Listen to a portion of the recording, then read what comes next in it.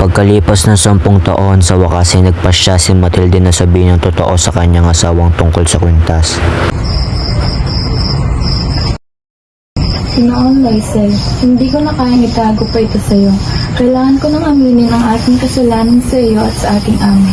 Ano iyon, Matilde? Yung kwintas na hiniram ko noon ay nawala ako talaga iyon. Pero napalitan ko ito ng bago at hindi ko na sinabi kay Madam Forrester.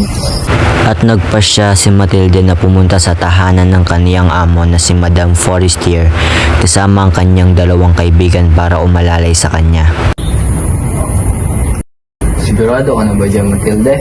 Oo, dapat matagal ko na itong ginawa at hindi ko na dapat inulitin pa. Sige, andito ako sa likod mo kapag kinakailangan mo. Oo, aagapay sa iyo sa kahit anong oras. Madam, may gusto lang po akong aminin sa iyo. Yung naibalik ko pong kwenta sa iyo ay hindi original. At nagsumikap po ako sa loob ng 10 taon para maibalik ko po ito sa inyo.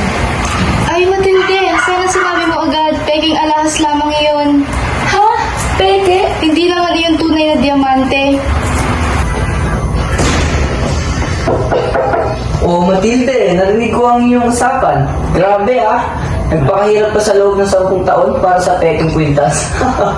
Oo nga, ang sakit sa pakiramdam, pero ang gaan sa loob dahil nasabi ko na rin at wala na akong kailangang itago pa.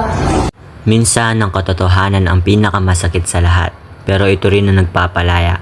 Ang aral na mapupulot natin dito ay sabihin ng totoo bago mahuli ang lahat.